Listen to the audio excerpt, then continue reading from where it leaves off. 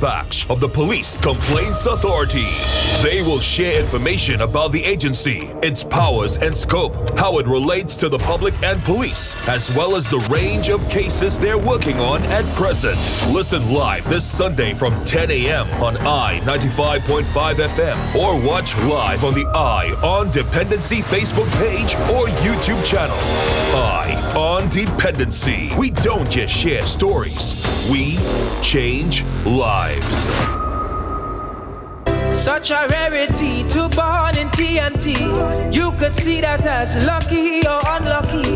That's it, that's a good start. It goes on everyone, but Doreen Richard looks good on the outside. And it's Doreen Richard of Trinidad. And as the lead here, he's got Vernon Nails the company. Then comes Rafferty, then comes Higgins. But Doreen Richard still with the outside lead. Here what it's trying to come to. No one trying to give him some pressure. Cause when we cry, whoa, it is for a short time, and when we smile, whoa, it is stretched from mile to mile. But the lead with the comes across to the 200-meter mark with the lead 21.05 for that 200 meters, and it's Doreen with the Caravaggio. That lead, no one is in second. Then comes Higgins. Behind Higgins comes Rafferty. Doreen Richard comes towards the man. No one is trying, but it doesn't look like he's gonna get there. It's in line. Doreen Richard comes off the man. This is too easy. Doreen Richard, the Caravaggio, pulls away with easily from Norwood, and it looks like it could be Higgins and then Rafferty. But victory for Doreen Richard. Caravaggio, top athlete here, 45.75. And we who put them legs on me, boy, I told. Cause we are mighty, mighty. It's we who I on put the Dependency flame. with Garth and Natasha. Reality radio, at its best, where every life is a biography. Sundays at 10 a.m. and exclusively on I-95.5 FM. And streamed live on the Eye on Dependency Facebook page and YouTube channel.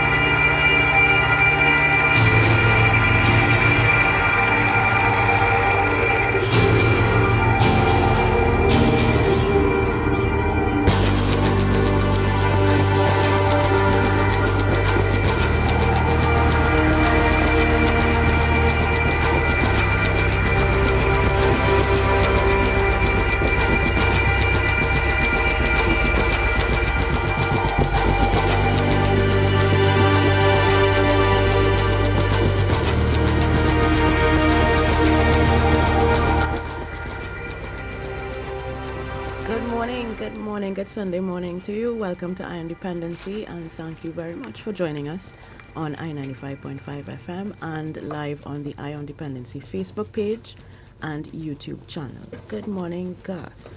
Good morning, Natasha, and welcome to Eye on Dependency.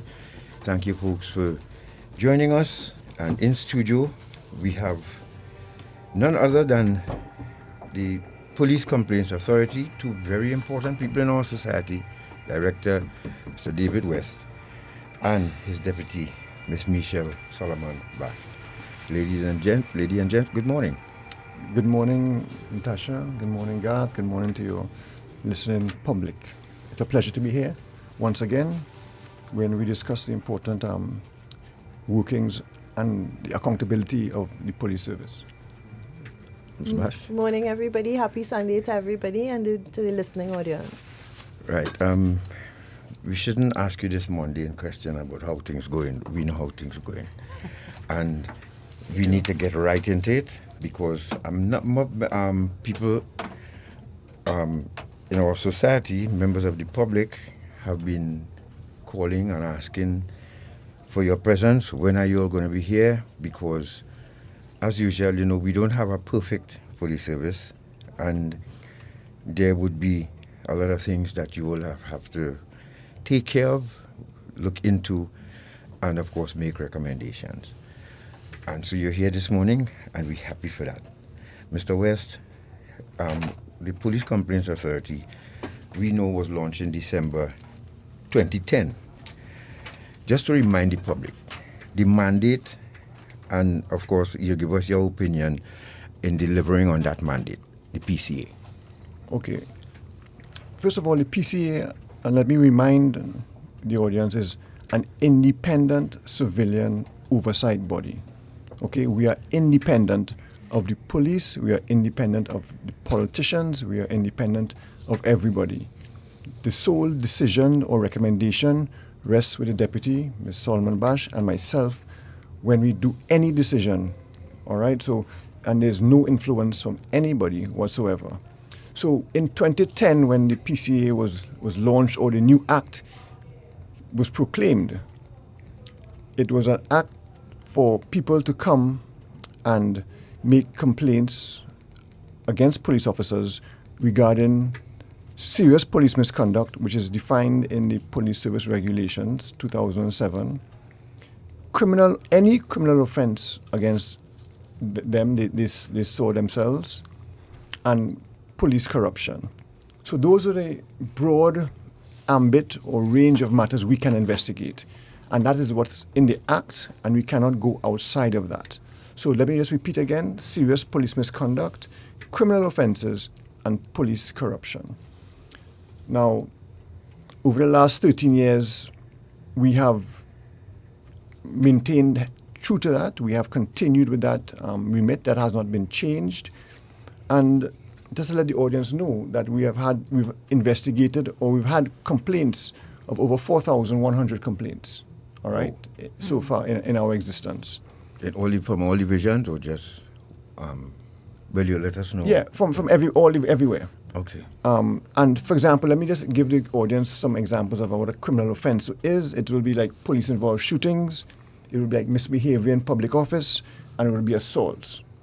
And for disciplinary offenses, we look at neglect of duty, which is a big one, discreditable conduct, and excessive use of force.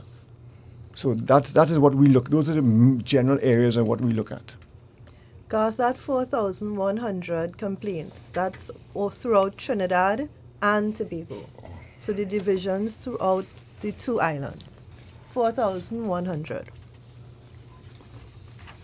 And these would be complaints brought to the PCA by members of the public and others. Could you elaborate a bit about that complaint system, and how does it work? Do you have to pay for it? What are the bulk of persons who make complaints to you? It's absolutely free to make a complaint at the Police Complaints Authority. It's also incredibly user-friendly. So you can go onto our website, you can use our mobile app, you can come in and visit us either at Trinidad or at the office in Tobago, and you can come in with all of the information, documentary or even videos, anything on your mobile phone, anything that you may have seen or recorded using an audio device. You can come in and bring in those devices when you come to make the complaint at the office, or even send it to us electronically. Anyone can make a complaint at the PCE. You can be a civilian, you could be a police officer, you can be anyone from any authority or any organization. You can do it anonymously. We also, on our own, pursuant to the powers that were given to us under the Act, we can also initiate a complaint if we see something in the media or if something comes to our attention. So that's all the different form of media via which a complaint can be made to us. Now let me ask this question as you're on that. Is it against the law? Once you are not obstructing a police operation, whether good or bad, it is against the law. Is it against the law to take out your cell phone and record police officers in action? No, it is not. And I repeat, no, it is not. We have had complaints already where police officers have threatened to arrest persons for filming them, and that is not correct. You can, as you say, once you are not obstructing the police officer in the execution of his duty, you are free to go ahead and film what is transpiring. Okay? And Garth and Natasha, let me just say that during COVID, our complaints, I would say, increased because we were more user-friendly via the social media, via our app, email. So no longer did they have to come in physically to the PCA in Trinidad or Tobago. So the public, and that has shown with the increase now in complaints happening to the PCA. What about the process itself? Is it one that would be onerous on the person making the complaint? How long does it take? What could you walk us through the process? Yeah, can you describe how a member of the public can? Sure. You know. Okay, it is a very simple process. It is very user friendly. It is very simple. So if you have a complaint and you wish to walk in and you wish to see us, you come to level 24 Tower D in Trinidad, or you in Tobago, you go to Bacalet in the Caribana building and you can make a complaint. You go inside, you check in, and then you go to one of our complaint officers. He will ask you questions, and there's a form he'll have to fill in, and then he'll ask detailed questions about what transpired in the incident. Once that happens, it then goes to our legal department to make sure that what is taken down is within our remit. What I've just outlined, is it a criminal offense, serious police misconduct, or is it police corruption? Once that is done, our legal department then assigns it to an investigator, the investigations department. They will then have that remit form so they know exactly what they are investigating. Now, sometimes what they investigate may expand and into other things, and that is fine also. So it is a very simple process. Using our app, it is very user-friendly. You can go onto any Android or iPhone, download the app at PCA Trinidad and Tobago, and you download the app, and then you could do the same statement. You just tick male, female, date of birth, and where the incident occurred. There are drop-down boxes. You can also upload a video, of what happened. You could upload documents also. So it is very, very friendly and very easy to use. And how, God. Now I was just going to ask, how long does the process take from the time you make a complaint to when you would get feedback on how the investigation is proceeding? It depends on the type of offense that we're investigating. Once we decide to take your matter and our legal department has looked at it, it's a matter of days before you're notified whether or not we're going to go forward or whether it's a matter that we really can't touch. So that's just a matter of days. If it's a summary matter, summary criminal offense, what that means is that there's a timeline attached to it and it's going to expire within 6 months. We're going to mobilize on that immediately, and we have that six-month window within which to complete that exercise. But as you would appreciate, the matters that come to us are police-involved shootings, which is either murder or manslaughter. We have misbehavior in public office, and we have basic assaults. Now, the basic assaults will have that 6-month expiration date. Right. The other matters are more complicated, and we rely a lot on scientific evidence in that regard. We're waiting on postmortems. We're waiting on things coming back from the Forensic Science Center, ballistics and so. That will have a longer timeline. Now, it's not as though you don't get updates as we go along. You will get updates because there's an interface. There's always an interface between the person who has made the complaint and the investigator that's assigned to the matter. There's also a team that's assigned to the matter. So it's just not one person actioning on your file. The team includes the director and myself. Because once those matters come to our attention, there's something that's called case management. And what we do is that that team that sits on your file includes the director and myself. So it's at every level, an investigator, an attorney, and a member of the authority actioning out on that file. We're happy to say that each team that we have assigned to us has a crime scene investigator attached to it. So that helps us with our timeline to make sure that we're able to complete things as in the most efficient way that we can. And what you're describing sounds a lot like a police investigation. So if in a case where there is a police investigation happening alongside it, how do you manage that? Well, in many instances, we have more information and we are further along than the police investigation. Okay. The public quite gratefully are talking to us before they talk to the police, and we get statements, so that the police may or may not get eventually. The case management aspect of our investigations And I want to emphasize, it shows how detailed and time, we take our time, rigorous. We look through the matter, and we hold the investigator and the legal department accountable to if the timeline isn't met.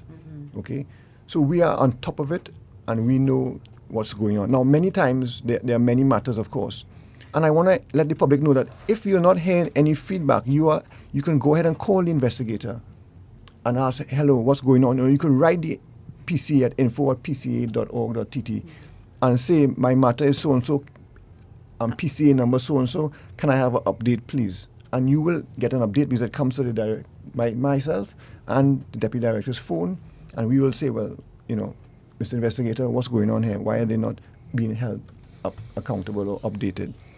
So that is how closely we look at our investigations. If you're just joining us, folks, you're listening to Our Dependency, and we have in studio the Police Complaints Authority, Director David West, and his deputy, Ms. Michelle Solomon-Baksh. Remember, you can join us on Our Dependency's Facebook page, where you can send your questions, or even on the YouTube channel of the same name, EYE on Dependency.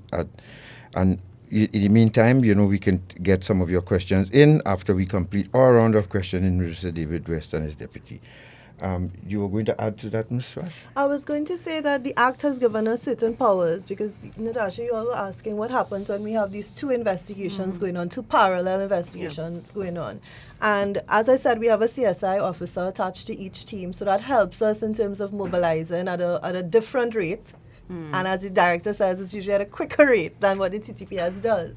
The Act also allows us to obtain documents on our own, so that we are not dependent on the TTPS to get those documents. What we rely on them for would be their investigative file. So when those two investigations are going on, that's what we use. We also ask for, we ask to see their TTPS file, which they are required by law and according to our Act to share with us. Right. And so that's how the two things work in at the same time. So like the forensics, the medicals, and so we can go. If we need documents from, let's say, licensing to get a certified copy, and so we can get that. We don't need to wait on the TTPS for that. And let me just say that many times, for example, in police-involved shootings, the Director of Public Prosecutions, he requests to see the police file and the PCA file. So then he has a global view of the matter to make the best decision on the matter. And who to charge. But just remember, for you and the public, that we only make recommendations. Yep. We have no power to charge or to prosecute. We just make a recommendation that after reviewing the matter, we believe X or Y offense has taken place. Gotcha. All right. So can you share with us some examples of cases the PCA, has recently handled, and what are the outcomes? Well, there's a big investigation with the firearm users license that happened about last year or so. Right. We are investigating that matter, and we are still investigating that matter because, as you know, there's a new spin-off matter out of that which we are also investigating. The Rich Plain matter, with Officer Jilks, who unfortunately was fatally shot. We investigated that matter, and we made recommendations, and the DPP charged the police officers with the murder of PC Jilks. The Masjid matter, which is a spin-off where the officers went and allegedly trampled on the land and they broke down tents and etc. of the people there in Rich Plain. That is also closed with recommendations made to both the DPP and COP. The Pennywise robbery, that is closed. That happened in South, when there was a big robbery with 4 suspects in a house. That's closed. The off-duty SRP outside the grocery in Coquille Village, San Fernando, that's still being investigated. And the Independence Square shooting, which, when these young men returned home late at night and they were shot at Independence Square, that matter is still being investigated. And I think that the main issue there would be the ballistics coming back, And this is an issue that we're having, in that it takes quite a while to get ballistics back from the Forensic Science Center because of the issues they're having there. So we're hoping that could be resolved soon, and we will get a quicker turnaround in investigations. No, would the 500, the missing of the 500 rounds included in that too as well? Yes. Okay. That will be in the FUL investigation. The FUL, okay, that's included in that. Yes. So let's say, so what information should a potential complainant, let's say, who wants to file a complaint against a law enforcement officer, include in the complaint? We're going to need the name and contact details, telephone contact numbers, email addresses. We're going to need the date, time, and location of the incident surrounding the complaint.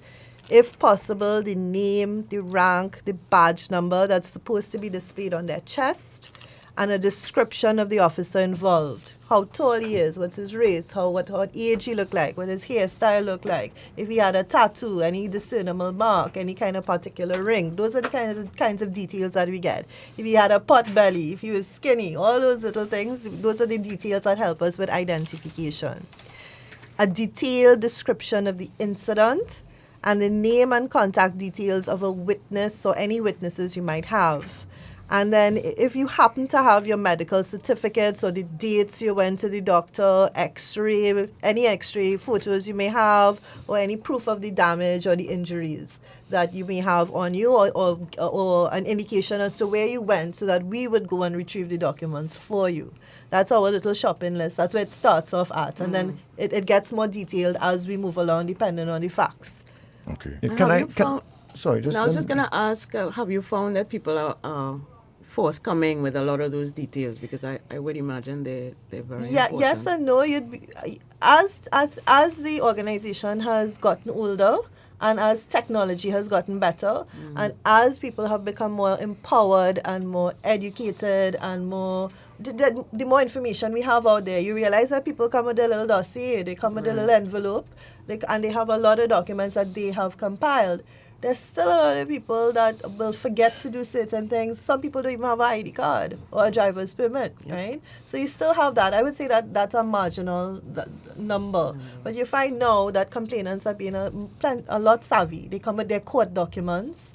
If they have a civil claim filed for malicious prosecution, and so we're able to have that network with the attorneys and with the court to help us get the documents and affidavits, and so it's not as difficult, or there's no paucity or limited amount of information that we have. People are getting savvier and putting together their files. Director, I didn't mean to cut you off. No, I was just going to say that for complainants, if you move or you change your phone, please let us know.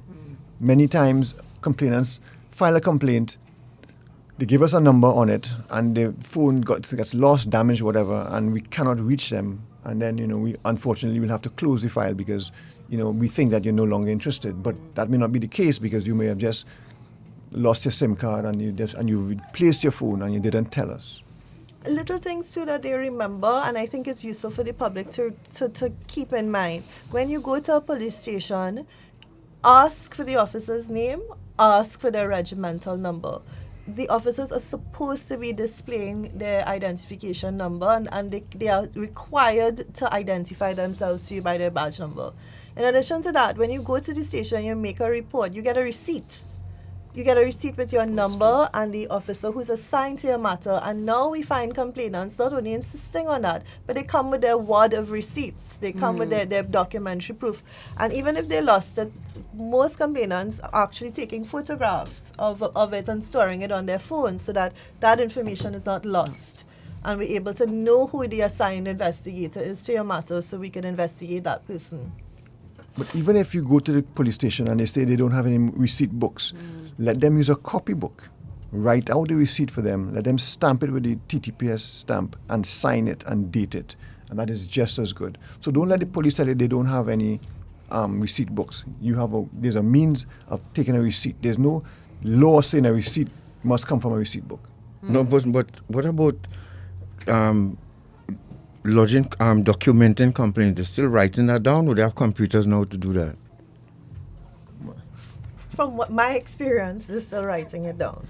From the experiences that we have, we do see that when TTPS files come back to us, for certain matters, those files or those statements are typewritten. Okay. So it depends on the station that you're going to. They do have access, like for fraud squad and so, for example, they use the technology there. There are other matters that are being recorded in a prescribed form, like traffic offences and so, RTAs and so. That's a prescribed form that they fill out, and that they also do things manuscript style. But in other stations, like I'll give, as I said, I will use fraud squad again. They do record their statements that way. What they have available to them as well would be the use of audio-visual technology, which we use as well at the PCA. And I see that the TTPS have copycatted us, and they have their own app, right? Yes. We won the award for the app, I should let you know. But the Oh, you TTPS... did? Well done. Yeah, well, we won. That's yes. the IDB award. Right. And they've started, in terms of their use of technology, they came after us and they've started to use that. Now that also has its algorithms and the whole matrix behind it, where those things are recorded. But I can't say across the board that they're using, and that's a question of resources, right? That's a question of resources. Of course. If you're just joining us, you're listening to Dependency, and we are speaking with officials of the Police Complaints Authority, Director Mr. David West, and his Deputy, Ms. Michelle Solomon-Baksh. And also, to those of you on YouTube, remember please to like and subscribe while you're there, and click on that bell so that you'll be notified when we go live, and keep supporting the Dependency Facebook and YouTube. God, before we go to the next question and or take a break, I don't know what you wanted to do, but I wanted to just to ask, I know you deal with police misconduct, but is dereliction of duty, if you think that you've made a report to the police and then they are not doing what you think they should be doing to push the matter along, is that something that the PCA can get involved in or no? Yeah, that comes squarely under neglect of duty. Under Section 150 of the Police Service Regulations, as amended, I would say discreditable conduct is an offence. Disobedience to orders, neglect of duty, falsehood of prevarication, breach of confidence is another offence, corrupt practice, unlawful or unnecessary exercise of authority, malingering, absence without leave or being late for duty, drunkenness or taking drugs, entering licensed premises, lending, borrowing or accepting money, being an accessory to a disciplinary offence, and using any property or facility of the service without written consent of the commissioner. All these are matters which are found in the regulations, which we consider disciplinary offences that we take. Okay. All right, so before we go to a break, let me ask one more question before we go, and then we'll take a break, give you a chance to take a sip of some water and continue on this journey this morning. Can police officers now make complaints to the PCA? Absolutely. They're free to walk in. They're free to give us a call. They can use the mobile app. Anybody can make a complaint to the PCA, including police officers. But some officers may be intimidated to do that because, once that word gets back to the camp that I reported David we went on patrol and David clocked up somebody just for nothing and beat the person, and the person sitting in remand now for nothing. That could be intimidating, right? How can you assure a police officer that you all will protect him if he or she decides to make a complaint? Well, police officers have made complaints to the PCA already. Okay. And we have a confidentiality clause in the Act. And as far as I know, the police officer never came back and said, hey, the man found out about my report against you. So it is working. Now you can see some of the complaints already from the members of the public. For instance, Annette is saying I had the experience twice, and officers watched me with a certain smile and said they had no receipt books. So if I ever have to make a report again, I'm going to ask the officer to kindly write it in a copybook. I mean, even saying copybook and police station does not even sound good to me. But we have heard of stories of persons going into police stations and being told we don't have a receipt book, and that's that. No, I know that, and we've had that complaint also, and we know about it. But that's why I'm saying Write it on a piece of paper. Also, Can this insist complaint, that- however, my children went to Marbella Police Station in January and officers there didn't even give their names because from station, folks, let me just tell you already, this is not a KFC situation here. When I say that, I mean, you buy KFC in Independence Square, Port of Spain, and then you go south and you buy the KFC, it tastes the same way. This is not the case with our police service. From one station to the next, you can meet a different response to a question. You all know that. It's not your fault, but that's the case. The offense for that we investigate is called being uncivil to a member of the public. That's actually an offense that they can be disciplined for. So that is in the regulations that they are required to be civil to members of their public. And we have written to the Commissioner of Police because it is true, many members of the public throughout the divisions have encountered that level of rudeness or antagonism. And someone has also asked a question about the legality of a civilian using a cell phone in a police station. Is that legal, illegal, can be used as evidence or information? That one is a little bit tricky because it depends on the factual matrix at the time. So we also have to respect what police officers do and what takes place in a police station. So it depends on where you're doing that recording and as I said, where you are physically in that room. Because it's not a room, it's not only a room. You have where you enter the station and you're by the counter. So we don't know where you're talking about, first of all. And then you have I would say the belly of the police station in a private room. Those things you really don't want to have recorded. Usually you have an attorney or you have counsel that goes to assist you and they will document and they will take an accurate record as to what's taking place. There are also CCTV footage cameras that are installed in most stations, definitely the model stations and so. And that captures, because we will always ask for that footage when there's an incident at the station. But that question is tricky because we don't know where you're talking about. I will say we have had complaints about people recording at the counter and being ushered out in a violent way, and even incidents of them being assaulted outside of the station when there is that fracas. Now, sometimes there's a fracas, sometimes a verbal disagreement that takes place. It really depends on the facts of the case and what happens as it unfolds. You can't obstruct a police officer, right, when he's doing his job. Wonderful. All right, folks. Let's go to that break. Yeah. Let's take a break quickly, and when we return, remember inside of here, I want you to concentrate on what we playing during the breaks too. We have the human trafficking thing still going on, the NLCB gaming, and of course the Police Complaints Authority, how to make a complaint, that video, and we'll be back right after this. Stay right there. We'll be back.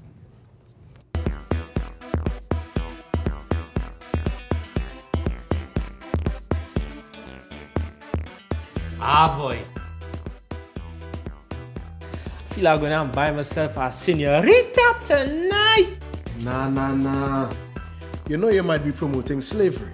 Slavery? What you talking about? Hey, modern day slavery or human trafficking is just what some of these people just do. You know some of these women were tricked to come here? Some are held against their will, abused, and even beaten. Most times the girls don't even see any of the money that is paid for them. And every night, they just have to come out looking nice and sexy for somebody like you.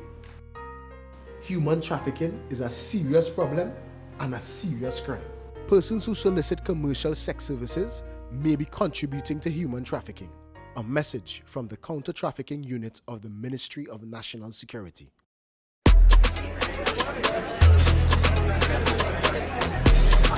50 by 20, 50 by 25.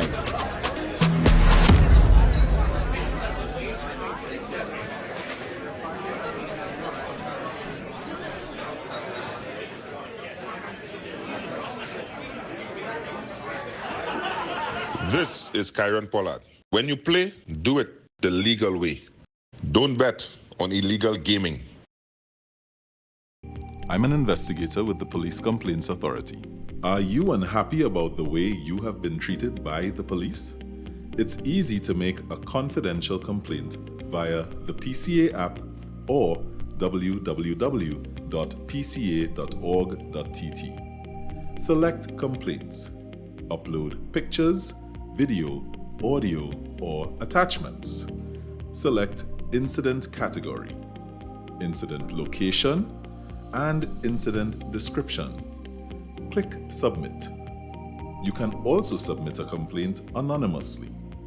For more information, go to www.pca.org.tt.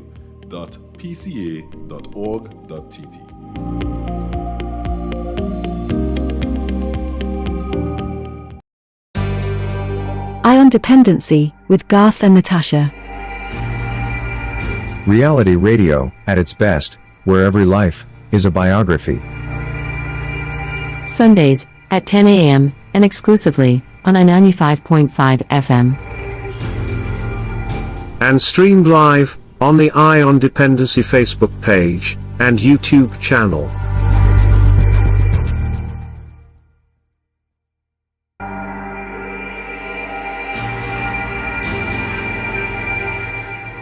Thank you for staying with us. This is Eye on Dependency. In studio this morning, we have the Director and Deputy Director of the Police Complaints Authority. And we are very grateful to them to sit with us this morning to share what they do and how we as citizens can help them to keep a monitor on police conduct.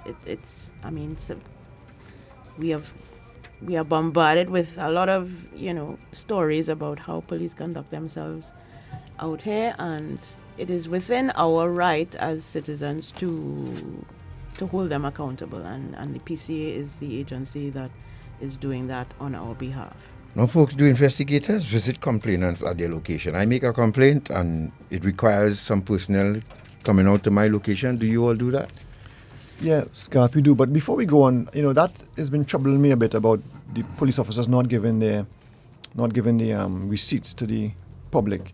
What they can do is just remember what time they went in and what station they went to and a description of the officer. Mm-hmm. Because what we can then do is look at the station diary and see who were the officers rostered on duty on that day. Mm-hmm.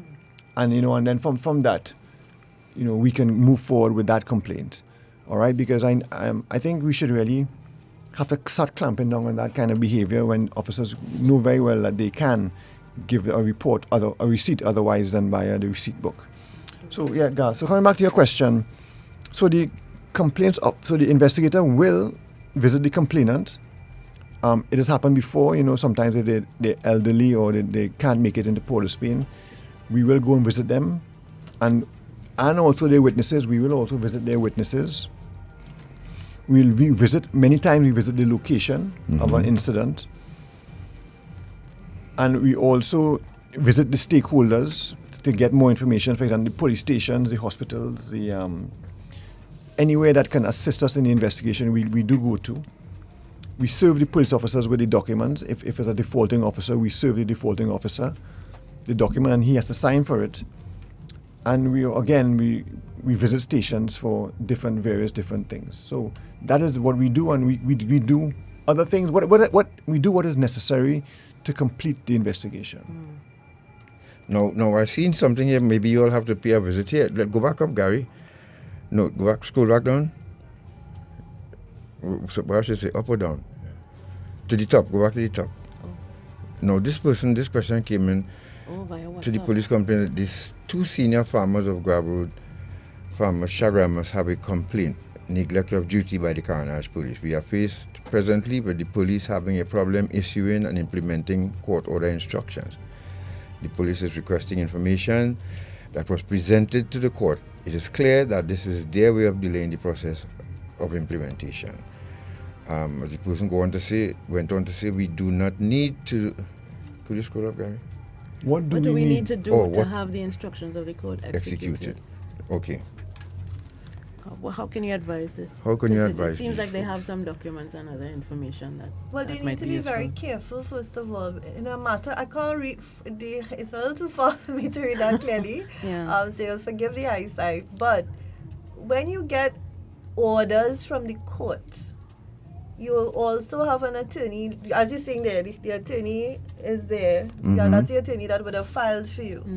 The court has made very strong comments about police officers who go on extra duty exercises with bailiffs and under the justification, and I put that in inverted brackets, to evict people from their premises or to demolish structures on premises. Let's say it's a trespass or a property dispute or something like that.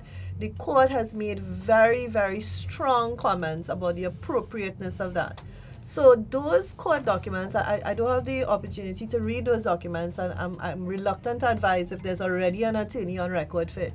But you can't just take a court order just like that and go and kick people off of the property. Correct. Because when you talk about obstruction and obstruction of a police officer in the course of their duties and keeping the peace, what that means is that you could run the risk of you officers using force. I'm talking about physical force. No, ma'am, when we're talking about the court documents there. If I could interrupt you, I think what he's saying is that the court had already ordered for the police to do their job. And what he's saying, I think the farmer is saying that the police is not doing their job. So this is why they wanted some advice on how to proceed. Well, I mean, so you heard the PCA on what, maybe you should contact the PCA and for some more advice, because we can't dwell on this for too long. But I just wanted to raise it with you, the director and the deputy here, so that if you wish, you can contact the PCA and let them advise you further. Will that be okay, Mr. West? Definitely. Yeah. If the police is not, this is why this unit is formed, because of this, police actions or inactions. So you feel free to contact the PCA. Now, since the inception, can you say how many complaints the PCA received? And are you able to give examples of the types of complaints that were made? Yeah, we received over 4,700 complaints. And as I said, the type of complaints most prevalent were like police-involved shootings, misbehavior in public office, shooting with intent. And for disciplinary offences, discreditable conduct, neglect of duty, unlawful or unnecessary exercise of authority. Now, of course, I'm sure that you would have experienced, I mean, you're the longest PCA director since, right? Yes.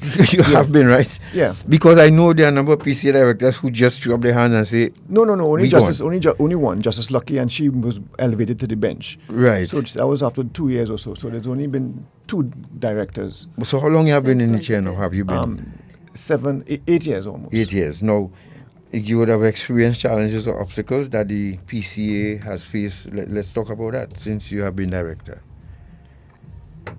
Yes, there have been challenges and obstacles, but I must admit that those challenges and obstacles are less and less now. Before, when I first came in, when our investigators would go and serve a document, a letter saying that they wanted to inspect the station diary extracts and things, we would get all kinds of run around saying, oh, that has to go to the division commander, has to go to the commissioner of police first, it has to go to legal, all sorts of stuff. But now, there's a departmental order that was done by former Commissioner Mr. Griffith, where stating that all documents asked for by the PCA must be given to the PCA, because that's the law. So there's nothing new, but he was just restating what in the departmental order, what the law was. So, I mean, the main challenges are, as the deputy has said, getting documents from third parties like Forensic Science Center, the hospitals, these where it just, they don't have the machinery to act fast enough because of resources. I won't say they want to inhibit our investigation. It's just that they just don't have the resources to act in a timely manner. What happened? What you find is that for police-involved shootings, only assistant superintendents of police can do that investigation and hire. Right. But by the time somebody reaches the rank of ASP, they are about to retire. So what happens is that they start the investigation and then retire, or they start the investigation and then they hand it over to somebody else. All right, and that is that causes problems. Sometimes the TTPS, when they assign the file within their own department, it gets lost, it gets misplaced. it takes a long time, okay, because they don't have I don't know if they use case management, but they don't have the resources to act in a timely manner. So is it that law needs to be changed in order to correct that, what you just mentioned about the ESP and higher? No, that's a policy document that's a policy Policy. of the TTPS. So maybe the new commissioner has to look at that policy and revise it accordingly. and revise it accordingly. So that would be a recommendation. Sometimes the police officers that we are investigating retire. And of course we could only investigate acting or investigate current members of the police service, not retired police officers. All right. Let's take a quick break and we'll return. Remember, folks, you can, because we have one or two things that we want to show our wish on our wish list for our police service of the future. We have a couple of videos we like to share with the PCA here. Let's see how they feel about it. It includes body cameras and equipment for police officers. But we want to take a quick break and we return. Stay right there. We'll be back. If you're unhappy with the way you've been treated by the Police Complaints Authority is here to help. Confidentiality is at the heart of what we do. We are bound by confidentiality agreements and do not divulge details about your complaint or any of your personal details. You can also make a complaint on someone else's behalf. It's easy to make a complaint via our secure website, through the PCA app, email, telephone hotline, or in person at our offices. For more information, go to www.pca.org.tt.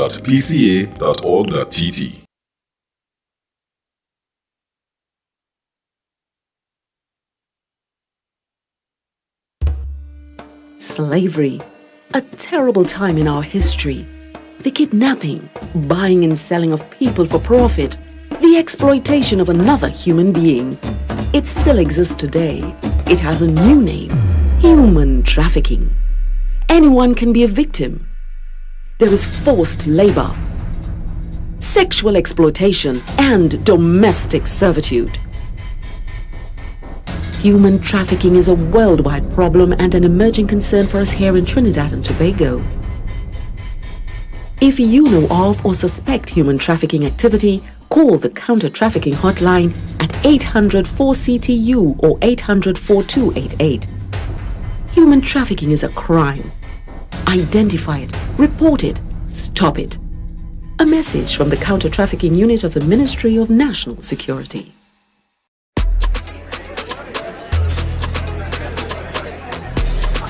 50 by 20, 50 by 25.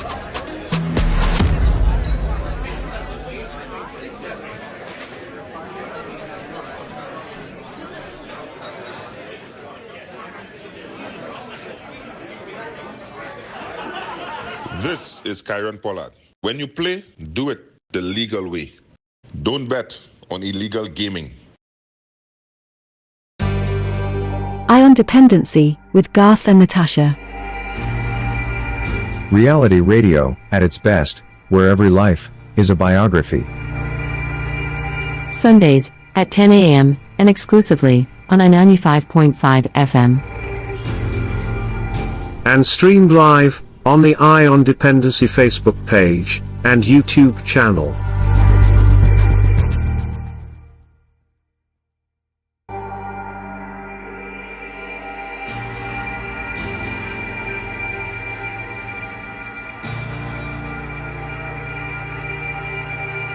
Thank you for staying with us. Again, we are hosting this morning the Deputy Director and Director of the Police Complaints Authority. Very interesting discussion, and we are glad for your interaction and questions as we go along. But to speed along, it's almost 11 o'clock already, as you all know. Realize. We see the time is flying, as we said. So to get back to the questions, can you share any data about the demographics of the complainants? So in terms of age group, gender, certain divisions that are heavily reported on.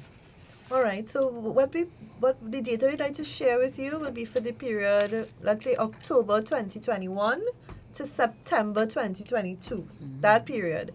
And the divisions with the highest number of complaints will be Central Division, And for the year I've just spoken about, last year it was 95. The year before that, we could share it was 76. 76 complaints and 95 complaints for the Central Division. Then we have second in ranking would be the Northern Division. And for last year, 2021 to 2022, 79. And the year before that, 76. Then the third ranker there would be the Southern Division. And they had last year 72 complaints, and for the year before that 46. So there was a jump there for the Southern Division.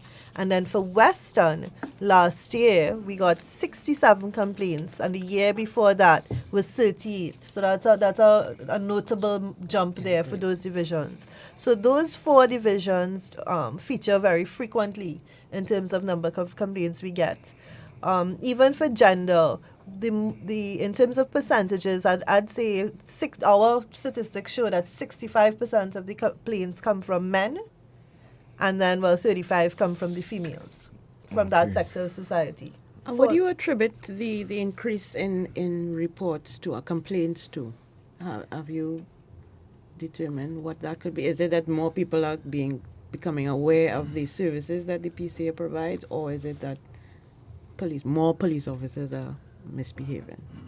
Well, it's easier. There are 2 things. I do accept that people have much more information. The technology has made it incredibly easier, because what we've noticed is that many of our complaints come via the electronic means. A lot of people like to come in as well, because it's a user-friendly environment that we have there. So I have to say it's empowerment. We have to thank you all, because the media, by encouraging us to come and reaching out to people, and so people get to feel they know us. They get to know us and know who they're dealing with, so they feel more comfortable coming to us. And as I say, this phone, this little thing here, makes it so much easier. Yep. But I can't discount as well that there may have been a spike in those 3 categories we investigate, which is the violence, the criminal activity, the corruption, and the disciplinary misconduct. I can't discount that. It wouldn't be fair for me to discount that. Okay, and now, how many matters have the PCA made recommendations on, and how many cases are still under investigation so far to date? Well, for last reporting period, I could say that to the Commissioner of Police, 43 matters were sent to the Commissioner of Police, 17 matters to the DPP, and 8 matters to both the Commissioner of Police and DPP. And from October 2014, when we first started taking notes, records really, well, from my tenure, to the 16th of March 2023, the Police Service Commission we sent 2 matters to the Police Service Commission. The Commissioner of Police, we've sent 445 matters. To the DPP, we have sent 149 matters. So in total, we have done 591 matters. Wow. Have gone. So I think, as I said, we are doing what we can do. We make our recommendations, and it's up to the Commissioner of Police and or the DPP to determine whether or not there should be a charge laid. Take the baton and move on. Yes. And that is the end of the PCA's involvement in that matter. Do you follow up at all? If the DPP decides to charge someone, do you follow up on that and take note of it? Well, Natasha, good question. And this is where, working with the Act, after a time, you realize that there are things that could be done better. So, for example, there was no law, or there was nothing mandatory that said if I wrote the DPP or Commissioner of Police to say, listen, I sent you a matter 3 or 4 months ago, what's the status of it? They could have just said, I don't have to comment. Yeah, but they won't do that, of course, because it's very, I know both. Luckily I've had a good relationship with all the Commissioners of Police and the DPP. So, but what we have done now, though, is we've put it into law in the new amendments, where after 3 months, I can write the DPP and or the Commissioner of Police, and they have to give me a status update. Right. Now look what Marva is saying here, right? Marva Sandy. Princeton Police Station's receipt books were all used up. You requested a note stating that I made a complaint. The 2 officers who spoke with me found it funny that I asked for a record of my complaint. My request was denied. And Gary, they told me it was illegal to write on a paper stating that I made a report. You see? So you saying, you just said, well, do it on a A copybook receipt page. doesn't have to be counterfoil and on a receipt right. book. They told me it was illegal to write on a paper stating that I made a report. Now, it's the same thing I was just explaining to you. Yeah. The former director, and I didn't didn't realize she was the former director of the CTU, went to a station in St. Clair, but she decided I was not moving until I get a receipt. I get a receipt. She said the officer had to send to another station to get a receipt book to come back there to write a receipt for. Why? No, you can't blame a commissioner for this. Did everybody, I would think, get a blueprint and training at the academy? But when they go out to these different, when they go out in the lines, as we say, So everybody who's operates running- different. Who is running You the can't blame a station? commissioner Who is for the- this. Who is the senior person in the station? And are those things made public? Because I don't think people generally know. It's Like, there are unfortunate. divisional commanders, there's There's maybe an a sup- STO in the station and so, but what Yeah. director, the clue or the investigative tool we use to help Mav, that same lady there, Miss Sandy, the tool is once you have the time that you went in and these two officers were giving you, I'll use it with traction, right? Once you give us that information, we can track who those officers are, and then we can track who the SEO was in charge of that station at the time, and that's how we go about locate, and then not only locating or identifying who that person is. We then write to the commissioner to say that this is the action that should be taken, and this is our recommendation in relation to that. It's unfortunate, though. It's unfortunate that in 2023 that something like that is still happening. Is it Princess? I think it was Princess Town. Yeah, That they, yeah. they Yes, Princess Town identified. Police I Station, did say yeah. that Southern had an increase in complaints. Yeah, and I mean, it's so heartbreaking, you know. We support the police service here all the time, without saying we support all arms of law enforcement. But sometimes you cannot defend the indefensible, and it's really sad that you know, as I explained to Natasha, you know, the Minister of National Security posted the recruits just recently, new batch of recruits in the regiment. Everybody had shaved clean. And, you know, apart people making different comments, I was telling it, you could never look at each personnel sitting in those chairs, any one of them, and say, well, these two will go rogue, or these two will, you know, have a happy retirement. You can't tell that. It's when you give them the responsibility and you send them out into the lines, you expect them that they would treat each member of the public the same way. It does not happen. And that is what's so sad about our police service and some of the officers who we gave that uniform to wear. And this leads me to an extension of the question I just asked in terms of the follow-up. How do we as the public know that the recommendations that you make and leads to change within the system and better service for citizens? Well, our annual report is laid in Parliament, and the one for this year is going to be laid very soon. So what you can do, once it's laid in Parliament, it's a public document. You could go on the parliamentary website and you could download it. And most of our recommendations we make to the Commissioner of Police are in the annual report. Now, whether or not the recommendations are taken and implemented is another story. But we can make our recommendations as best as possible. Well, two recommendations we could say over the course of our two very important ones: the use of body cam and adjustments to the use of force policy. Those were PCA recommendations, and those were recommendations that the TTPS have taken on board to an extent. The recommendation that we made last year, that when you pull the same report that Director is speaking on, because it's on our app, so it could be, you just have to scroll through. One of the recommendations we've made, and unfortunately we've been making it over and over, is that they continue to do refreshers on the training. Same thing you were talking about, God. So that the training does not leave you when you walk out, when you have that ceremony. And that's a recommendation that we've been making, not only in relation to the civility aspect of that, things like domestic violence protocols and stuff like that, fatal shooting, the locking down a crime scene and first responders and stuff like that. Those are recommendations that you'll see them on repeat. You'll see them coming up over and over in our annual reports. And the hope is that if you hit it on your head hard enough, that it's going to effect change. So we have to continue to do that work. We can't stop.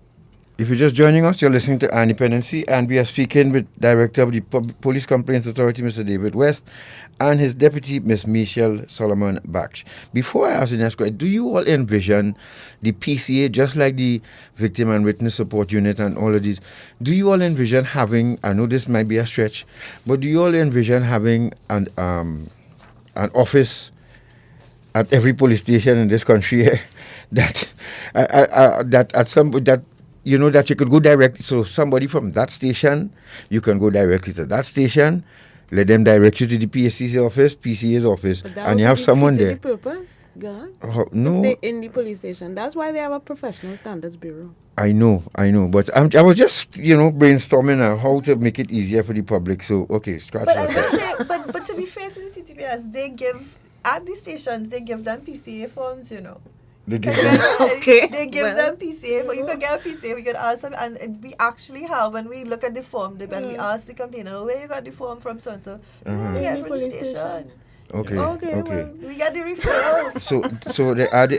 Okay. But as Garth has said, it differs from. It's not a uniform practice. It differs from station to station. Yeah. And that is what I think Garth is getting at, in that the police need to have a uniform policy at their stations. Yep. As I said, it must be a blueprint in treatment. Yes. We know that some people fall through the cracks from time to time, but it should not be the norm. You know what I mean? That because even you've heard commissioners go say that there's an open door policy now at all stations. So nobody can tell you, well, no, you can't report that here. Go Central Police Station and report that. Now commissioners said it over and over, but yet you would hear citizens complain from time to time that they are sent to another station to make a report. Yep. You've heard that? Yes. And apparently the receipt books is a bugbear, because we've got quite a few comments about this. Can you say what the policy is in terms of who is responsible in the station, in terms of their structure and organization? Who is responsible for ensuring that there are receipt books? Well, that's a budgeting issue, right? I don't mean to be jocular about it or anything like that, because I would tell you that in the criminal justice system, we still have it sometimes, officers saying that, well, I wasn't issued a diary, so I couldn't make it. So it's an administrative thing. It's an administrative thing. Now, I don't want to say that the officers are not telling the truth. So I don't want, because I don't have all of the facts in every single case. So you don't know if it is that they're just giving you a runaround because they think you're being miserable or something like that. But it is an administrative issue. Am I getting the resources to do what I'm supposed to do? Yeah. But the directors just said, we've just made it patently clear that does not absolve you from giving somebody a receipt. In any way. But Garth, just one thing. In addition to the officers that fall through the cracks, leadership also has to take a very serious role when it comes to those people who fall through the cracks and set an example so that the others will know, don't fall through that crack. Right. You have to discipline these officers and give the public that respect, and that they will have that faith that for officers who fall through the cracks, there is a recourse. Yeah. And that's a deterrent. Now, let me ask this question, and I ask this in the interest of the officer and not getting him or her fired. Is the thing of, or the whole issue of substance abuse, is that taken into consideration? For instance, if there's a police shooting, is a police officer tested immediately for any mood or mind-altering substance? Because it can happen. Our police officers are under stress. There are some officers who will need a drink before they go out on duty to face what they face on a nightly basis. Any considerations where that is concerned? Well, again, that's not within the PCA, I don't think, purview, and that will be for the police, the TTPS, to monitor and to look at. Yeah. We have no equipment for testing if anybody is over the limit. So I always worry about that, because, and I said, this is not to have the officer fired, but out of concern, there are people with poor coping skills, and when they put on a uniform, it don't make their coping skills any stronger. You know what I mean? And they would need that crutch, which is a drink or a smoke, before they go on duty. But this may be just one of the things that citizens should need to observe, I guess, if they come to the PCA to make a complaint, and they have observed that the officer in question was inebriated or whatever. But we are cognizant of that. Yeah. At the piece, we are independent oversight body. We don't hold, in other words, simply put, we don't hold papers for anybody. And we accept that, especially when you look at the fatal shootings and so, we accept that their job is we're dealing with violence, we're the business of violence, and it could be extremely traumatic. When you discharge a weapon or even when you kill someone, it's the PTSD or the trauma that occurs afterwards will have an effect on you. Yeah. And for these officers, we are aware of it, we're sympathetic, and we understand what's going on out there. The question is, they have a welfare association, they have senior officers out there that can lobby for and continue to offer the mental support and the trauma support that's out there. We have also made those recommendations. Yeah. That work, or that, I want to use the word support, that support is given to them, because after that exercise, they are going to come back with their nerves rattled. Of course. In many fatal shooting investigations we've done, the officers have gone on sick leave. Right? They've taken sick leave because of the condition that they're in. Yeah. So that is something that we are aware of, and that needs to be addressed. Now, folks, Director and Deputy, this issue of human trafficking is a serious one in Trinidad and Tobago. Natasha and I, having worked alongside the counter-trafficking unit for a few years now, we know that there have been some officers. But can you give us from your database or from your investigation, how many reports have you received on human trafficking that involves police officers? All right. Well, so we're going to give you for a certain period of time. So we've investigated from 2019 come forward. 8 matters have come to us to investigate for human trafficking related offenses. And out of those 8, 3 are still under investigation. 1 matter we had to send to the same counter-trafficking unit. 2 matters are currently being monitored. And because those are matters that are currently before the court, and these are matters where police officers are involved. And in 2 matters, we've had to send our recommendations with advice and so to the Commissioner of Police. Okay. Now what about let's look at domestic, let's say families now of police officers. You want to elaborate on the trafficking, so I could move on. No, go ahead. Now, families of police officers, can they request like domestic violence with respect to that? Can they too make complaints to the PCA? Absolutely. So we do have complaints from spouses or I would say relatives, sisters, brothers, children, and so bringing complaints to us, complaining about acts of domestic violence, whether or not a gun is being pulled, threats to kill, physical violence. I'm talking about assaults, beating, and sometimes it involves sexual assaults, and so we do have those complaints that come to us. So how we treat with it, we investigate the police officers themselves if they're committing these acts of domestic violence. We investigate if police officers are not investigating their own police officers, because many times these spouses go to the station to say, this police officer, my husband, X, Y, and Z, and nothing is done. So we investigate. It's called a neglect of duty. And in some cases, we refer the complainants for support, psychological support or counseling or stuff like that. So at the PCA, we do deal with domestic violence in that way. Okay, wonderful. Right. So the next issue is witnesses and evidence. And last year you attributed a lack of witnesses, evidence, and cooperation by witnesses as some of the reasons why some cases would have been closed without any action. Can you advise on those closures? Yes. Well, just to make, we do close a lot of matters.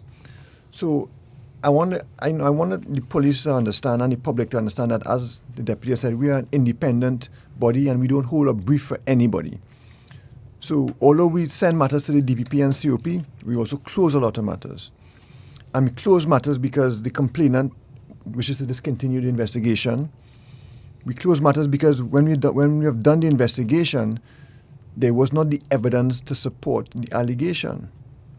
Sometimes the witnesses don't want to cooperate with the PCA. They find maybe the matter's taken a long time. It happens. And they say, well, and they're done with the matter. It happens. Sometimes the witnesses cannot be located. As I said, they change phones, they change addresses, and they don't tell us what's going on. Sometimes the complainant dies, unfortunately. Sometimes the alleged defaulting officer dies also. And of course, sometimes the officer retires. That's why we have to close the matter. And again, as I said, sometimes there's just insufficient evidence to make a recommendation. So these are the reasons why matters are closed. And I guess there would be more matters. I just can't think of them right now. But we are an independent body, and I want the public to understand that we are an independent body, and we don't have any brief, or we don't have any favors or any bias to one party or the other. We do an investigation, and let me tell you, when we do the investigation, it passes through. The investigator does his report to the team lead. The team lead then either agrees or disagrees or says do more work. The team lead then sends the file to the legal department. The legal department looks at it to determine whether or not an offense has been committed. And then the legal department sends it to the authority to finally sign off on the recommendation or do further work. So there are about 3 or 4 rounds of checks and balances in the investigation before a final decision is taken. So that is as I said before, how serious and how meticulous we are when we make when we make these recommendations, and it's not a flippant, willy-nilly, well, yes or no. A special morning to all of you who just joining us. You're listening to Dependency, and those of you loyal followers of Dependency, good morning to Brinsley out there in Boston, Massachusetts, and of course Annette in the US, and all of you who continue to wait for us on a Sunday morning and for what we have to present to you in terms of education and public awareness. We thank you so much. We are speaking with David West, the director of the PCA, and of course his deputy, Miss Michelle Solomon-Baksh. Keep sending in your questions, and I would advise the PCA to go back on our Facebook page afterwards, and if you could answer some of the questions to the people posing to you all, we'll appreciate it. Yes. Because lots of questions, and I know it will take some time to go through them, but we hope that you all can visit the page after the program and answer some of these questions. Well, I know our communications department will be looking at this, and they in conjunction with the legal department will answer the questions. Because I'm seeing some very serious questions being asked there. Now, you spoke about greater powers for the PCA to go after rogue officers. What's the feedback on that and from the relevant government ministry? Yeah, as I said, in last year, the amendments to the PCA Act came about, and we're very grateful, for the amendments, and we're grateful. And it shows you that the political will is also there, and because the amendments received the feedback, it was a good debate in Parliament. I listened to the debate in Parliament, and both political parties understand the need for an independent police complaints authority, and they were both very, sometimes some of them wanted actually the amendments to go further. But, as I said, right now, let us see how the amendments are taking place and how they're working before we jump somewhere. Let us see what's going on. So, for example, before the Act, we could not investigate serious police misconduct in relation to municipal police and special reserve police officers, and that was another loophole in the Act. Okay. And so, because of the amendment now, we can investigate serious police misconduct regarding municipal police and SRPs. Oh, really? Okay. Wonderful. Yeah. Wonderful. Yep. Now, Natasha, if we decide to become, let's say we're interested in being investigators for the PCA, how does one apply to become an investigator with the PCA? What are the qualifications? We want to work with. But God, there are more amendments, There are more amendments. You're rushing them, man. Oh, sorry. No, sorry. My bad. The important amendments, man. Yeah, okay. Sorry. Go ahead. Sorry. Right. So, also to another one that is very big is that we are now can become an interested party in a coroner's inquest. Right. And before we could not. So that in the police-involved shootings, when it goes to the coroner, and then of course the coroner gets the postmortem report, and then the coroner calls the investigator, the police investigator, to bring witnesses and let's see what was the cause of death. Of course, sometimes the complainant didn't get all witnesses. Sometimes witnesses are scared to come forward because the police officers calling them. They don't know what's going to happen in court. Because we investigate all police fatal and non-fatal shootings, we would have invariably investigated that police shooting that day before the coroner. And the coroner then calls the PCA or gets in touch with the PCA, and we then become a party to the matter. And we have a dedicated attorney who deals with these matters and participates in the coroner's inquest. And like I say, it has been very successful, and we have led evidence, and we have given the coroner witnesses and evidence to come to the best decision. As again, I want to emphasize, what we do is we want to give the decision maker the global picture to come to the best decision possible, the fair and just position. We can also obtain reports from the FIU and witness statements under the Income Tax Act, the Financial Institutions Act, and the Central Bank and Securities Act. So we can now if you have an incident where an officer is alleged to, like for example, built a big house, we can on our own initiative investigate the officers. We can get his pay slip, we can get the bank records and see what is the income coming in and coming out, and then we can decide whether or not is a legitimate source of income is coming. Really? Oh, wonderful. You understand? Yes. Okay. As I mentioned before, we have 3 months to get a feedback from the Commissioner of Police or the DPP on matters referred to them. So that's very good also.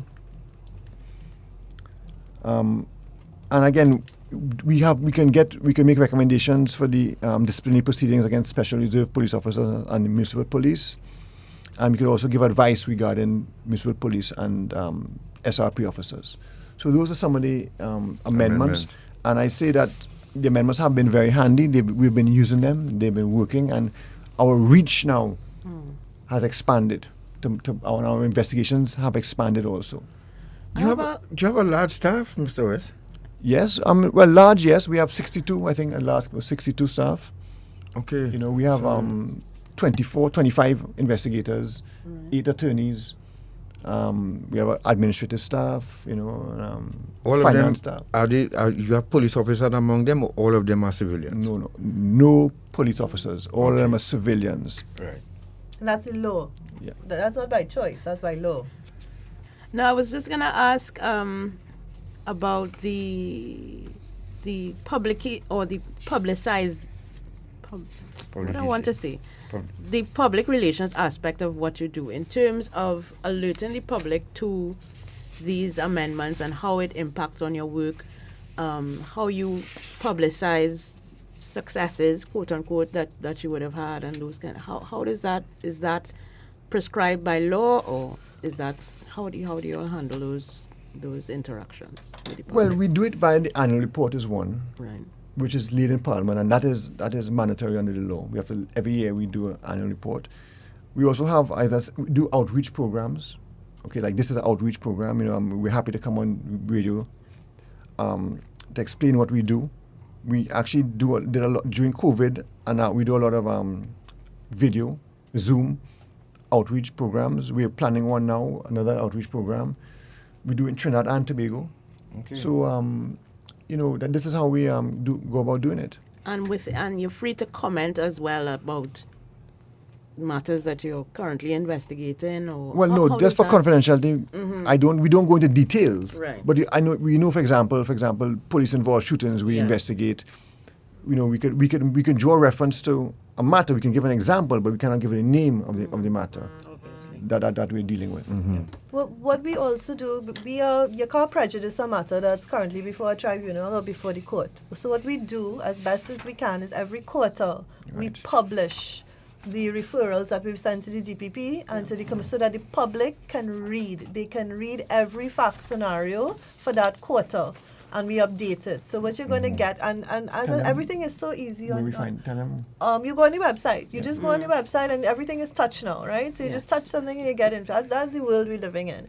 And you just touch, you get to publications, and then you go to the summaries, and then you see we started that process in 2021, and every quarter you're going to get a little. It's a summary, we call it, and it really is a version of what we consider is a good case to send to the DPP and to send to the Commissioner of Police.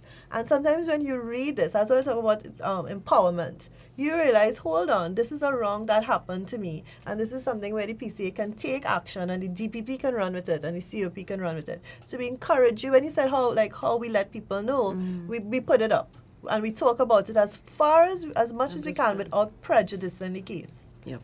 Yeah, and so that is www.pca.org.tt. Right, and I see your comms team is they're online on Facebook at the moment, so they've got handle the information. And we look at that coming from Debbie Cameron. We'll, as I said, we'll ask your comms team to look at it, and folks, because remember, we have something to show you all as well. Our dream for the Trinidad and Tobago Police Service for the future. Although the future is here already in most police jurisdictions around the world, but we look forward to this for our police service. But before that, can you advise, and before you tell us the qualifications of an investigator and what one needs to become an investigator with the PCA, is there an increase in the number of fatal shootings over the last few years? We know there's a number already for this year that's kind of astronomical. But could you tell us about that, the fatal police shootings over the last few years? Yeah, from January to December 2019, there were 32 fatal police shootings. January to December 2020, 33. January to December 2021, 31. And this January to December 2022, 43 police shootings. So last year was high. I know in January and February this year there was about 8 or 9, so it was a little jump there. But it may level off. I mean, knock on wood, we haven't heard of a fatal police shooting in a while now. Mm-hmm. So, we know, and you need to give, I guess, the new commissioner time to, but what they have done too, Garth and Natasha, and they've using tasers. They're using the taser guns now, which I'm happy now. I saw that recently with the soldier. So I know that there was an issue with a taser happening in the school, which the commissioner said she would look at, which is very good. The commissioner is on top of things. She said she's going to look at it. Yes. And we are going to look at it also to make sure that the tasing happened within the departmental order that it was assigned to for use of force. Yeah. So, No, I saw that incident with the last one when they tried to subdue the soldier who was on top of the windscreen of the police vehicle, and they used the taser. The officer was a little, juicy with the taser, but it's better than the firearm. It's better than the firearm. Infinitely better. Yes, I felt happy to see that. Yes. That at least, they're employing the tasers, and that's good, I think, yes, they need more non-lethal weapons as a choice of which means to go by. Yes. Absolutely. Now, Natasha, if we want to join the PCA, David, tell us, what's the qualification? Be thinking about it, so tell us. Right. Be ready. All right. Well, you have to be a person of integrity and good character. Are you integrity and good character? Here we go. Right. We started good already. Right. So generally speaking, academically wise, just a minimum of an associate degree in criminology, in criminal justice or law, or some other relevant field. 2 years experience in law enforcement or a related field. Mm-hmm. Knowledge of the laws of Trinidad and Tobago, mainly the PCA Act, also would help. Right. Knowledge of the operations of the Trinidad and Tobago Police Service. As I said, confidentiality and integrity, you must be able to show those qualities.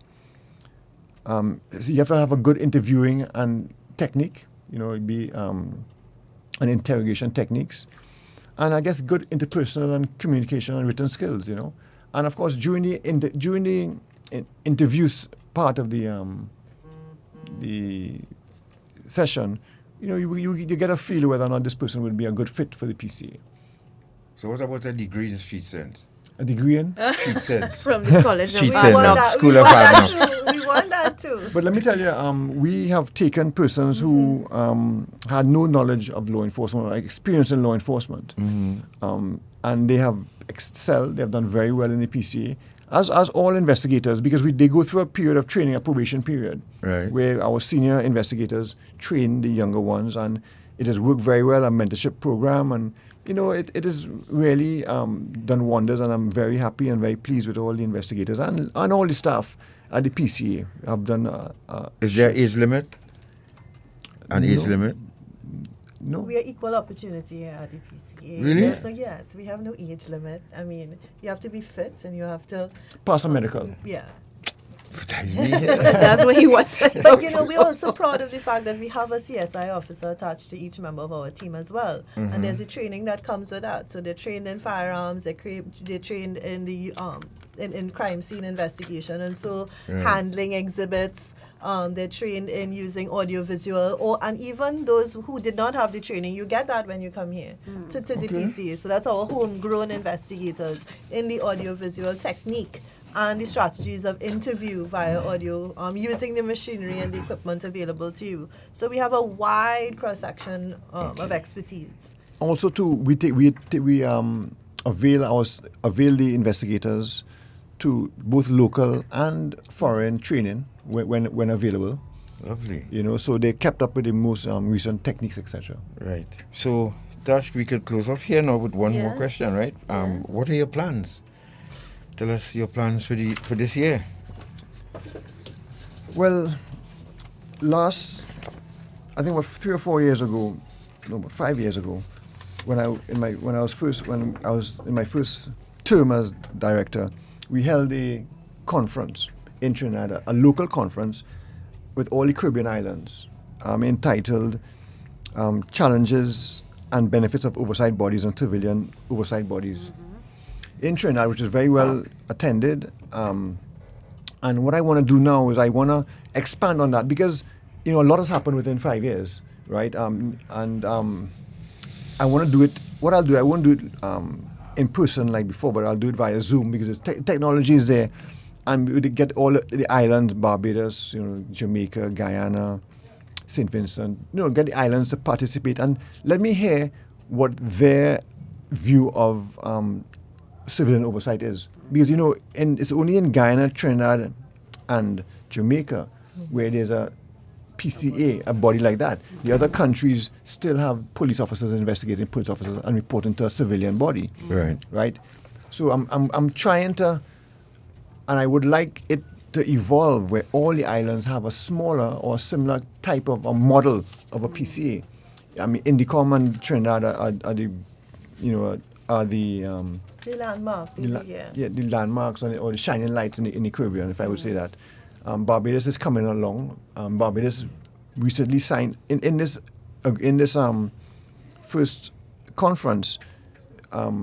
Jamaica, Guyana, and Trinidad signed an agreement. Barbados is going to sign on to the agreement also too. So eventually, I'm trying to spread the word or spread the gospel, as they say, of what civilian oversight, independent civilian oversight, should be and what it should look like. All right. Yeah. So, folks, Natasha, let's warm people up here now for what we would like to show you all. Yes. For those of you all interested in seeing the future Trinidad and Tobago Police Service, we have 3 videos that we want to share with David and his deputy. Sure. And there's after this break, when we return, so you have enough time to log on to the Facebook page or YouTube channel, Dependency. You, as a regular follower of Dependency, we have been clamoring for this for years. Let's hear your voice this morning. Tell us what you think about what we are about to show you. If you would like to see our police officers in this manner, use this type of equipment, how it can be helpful to them and to the citizenry. Because we want police officers to know that wearing body cameras is not to catch you in fault. We also want to protect you from a civilian who will make a false report against you. Deputy? Absolutely. Director? Yes. Yeah? And yes. Good. So let's go to a quick break. Remember, you can join us on our Facebook page and YouTube channel. work alongside with us here this morning. Let's see if we can encourage our police officers to look like this. We'll be back.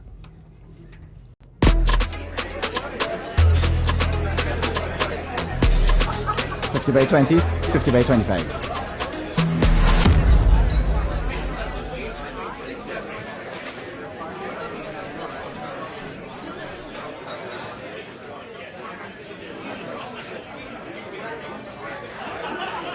This is Kyron Pollard. When you play, do it the legal way.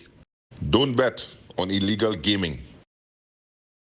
The PCA is an independent police oversight body. The PCA's legal team works with PCA's investigators every step of the way to determine if officers should face disciplinary charges through the Office of the Commissioner of Police, or if any police act is criminal and should be referred to the Office of the Director of Public Prosecutions for charges. If you have filed a complaint about police behavior, we will keep you updated at every stage of the investigation. For more information, go to www.pca.org.tt. Go, sona. I come in. And don't give me no attitude there. You have Shiana manners, boy. I wish I had your touch, boy. You have to groom them. First, you have to target them. Scope them out. See if they have low self-esteem. Family problems, you know? Then you move in and gain the trust. I like your glasses. After that, you feel a need. Some of them like nice things like fancy phones, hairdos, clothes, food. It have ones who only looking for somebody to care and listen to the problems. You feel me? What's important though, you have to isolate them from the people. Let them believe it's all about you and them. I care about you. Then you get through. Nice, nice. Look one right here. Try thing now.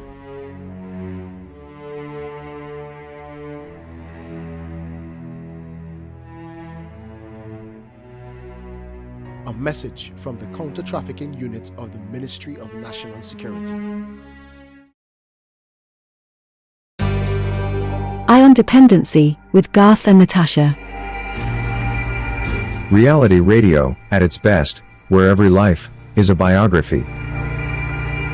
Sundays at 10 a.m. and exclusively on 95.5 FM. And streamed live on the Eye on Dependency Facebook page and YouTube channel.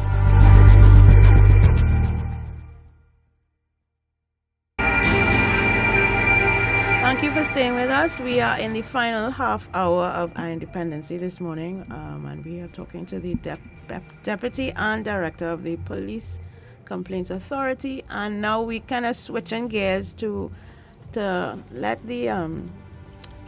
Mr. West and Mrs. Solomon-Baksh rock back and look and observe. This is an example. And before we go, let me just, Garth, if you allow me to issue a disclaimer. This is by no means. I mean, we know what the situation with policing in America, right? So they are by no means the standard in terms of policing that we want to adopt. However, there are elements of their system and the resources that they provide to officers that we are certainly looking at. We are years behind on a lot of things, as you will see in these videos. And Garth, you want to introduce the first one? Yeah, so the first one, you're seeing a body cam in action here. Mm-hmm. All right? I hope the feed stays for you all to see it properly on Facebook and YouTube. But tell us what you think. This one, a man trapped in a burning vehicle and police officers about to rescue him. All right, so let's go to that one first. Short man, video A. Oh, Gary. And remember those. Get that thing, sir. Go ahead.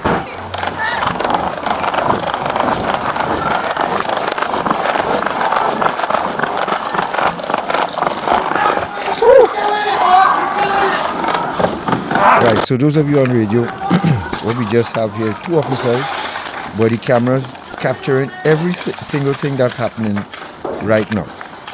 Man trapped in a burning car. Hey, man. They're breaking into the car to try to get him out. And as you can see, the body camera is picking up everything. Now this is the good side of the policing, where they're doing, you know, that humanitarian thing, trying to save the life of a citizen. Right. Body cameras picking up everything. All right? And this one is simple. We don't have to belabor it, but let's hear the dialogue a bit. 4-4, we got one now. He's on the cedar. We need EMS in 10-18. So, get that extinguisher. And it's picking up everything. Right.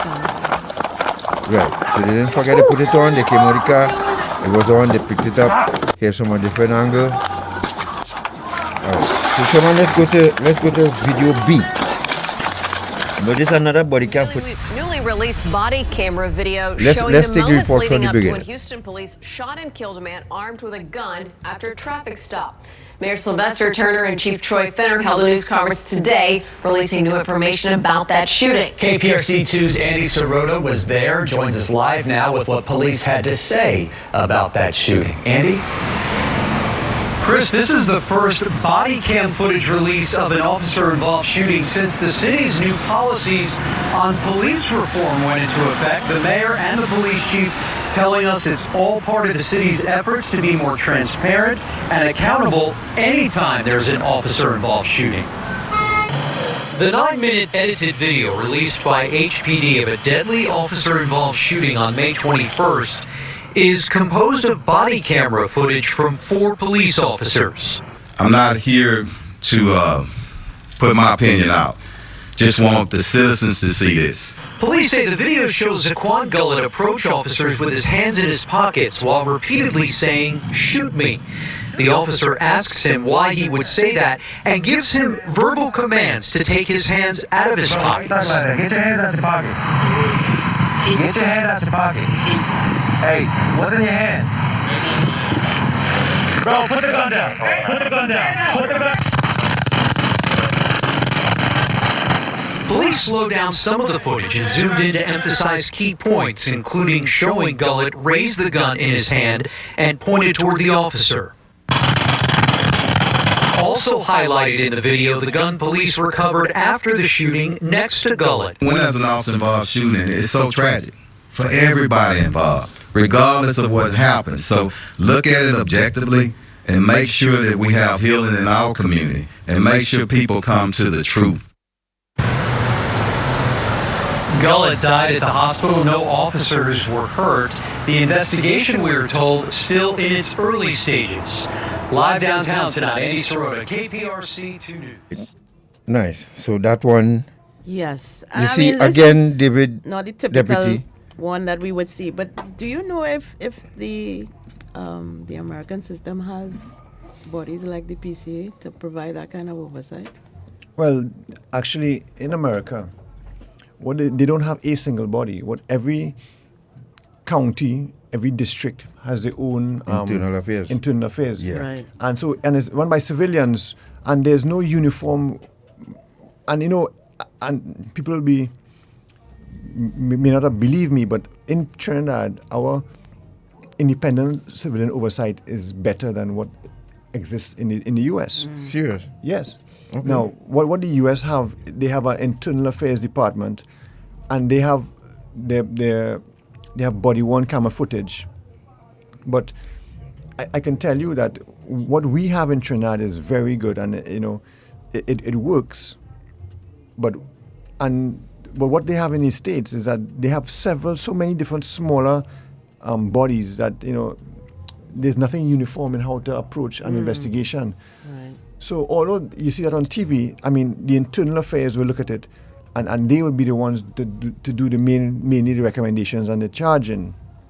But the smaller independent civilian bodies are not as advanced as the Trinidad is. Debbie Cameron, I think you need to send us a message privately afterwards, and we'll get in touch with you, all right? Now, let's go, because I can feel your pain from just reading your comments. Let's go to the video C now. Now, this is our dream for our police service folks. It has been a dream of our own for a long while now. Let's see if you all would agree with us, if our police officers should have vehicles like these. Let's go back to this now. You're going to get a tour of a vehicle that houses prisoners not in the tailgate, but inside the vehicle itself, and they will show you the amount of equipment that this vehicle has. Let's go short, man. Pay close attention. All right, so on the inside of this thing, let our audience know, what do you have?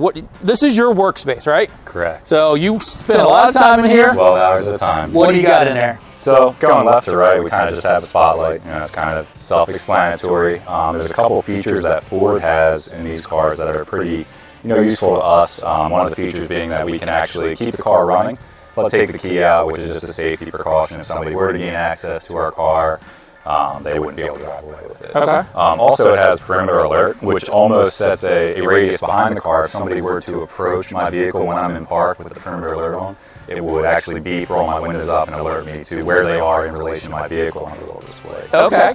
So we have the computer here, which is really where we run, 70% of our things through. Anything non-emergency, we can type right into the computer.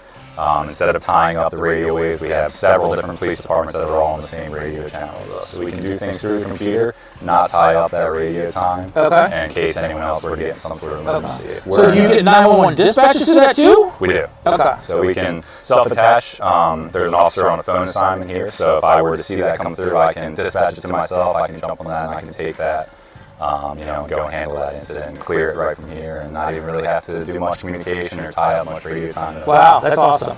Now, sitting in there, I noticed that you got all your equipment on. You got your vest, you got your belt, and that kind of stuff. How does it feel sitting in there? Do you feel squished? I feel all right. It's comfortable. There's an armrest here, so you can kind of spread out, and it's not too bad. You do have to get out and stretch your legs from time. And I heard that Ford specifically built these seats so they don't have those big bolsters on the side, designed for your duty belts. Yeah, correct. I can't really even tell. I have my belt set up in a way to fit properly, but it's not uncomfortable. Okay. What do you got down the center console? Got a couple of different radios? Yeah, so here this operates pretty much everything what I would say on the external of the vehicle.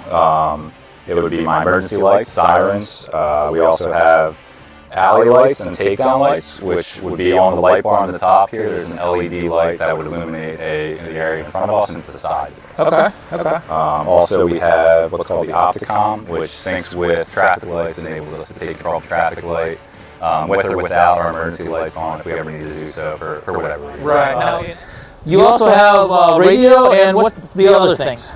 So we have the radio that we have access to, like I said, the Central Dispatch, or Chester County Central Group, which is several other police departments on this channel. We also have a variety of side channels that we can operate more directly with just West White officers or even other police departments directly. Okay. And that's an 800 megahertz radio. Correct. Now, can you contact EMS through that, or how do you guys get dispatched? We can. So we would go through the county radio police dispatch requesting EMS, and then they would go through, to contact EMS and send them. Okay, so it's a private secure channel. Correct. Okay. And then what's below that? So I've never seen anything like that before. Yeah, so this is a V-Spec. It's a speed timing device. Basically what it does is it calculates distance and time and gives you the speed that vehicle was traveling. You can use it to actively pace a vehicle as I'm following them, where I can measure out 2 points and measure the time that the vehicle takes to go between those 2 points. So no more radar detectors or anything like that? Correct, yeah, we don't have that. Wow. So all those laser detectors that we used to have back in the early 80s are useless. Yeah.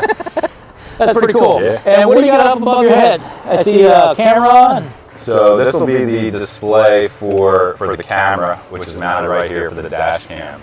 So it's through WatchGuard is our system that we use, which is actually synced with our body cameras here. So every morning I go and put this into a dock here, syncs this up completely. So if my body camera is active, the dash cam gets activated, the dash cam gets activated, the body camera gets activated.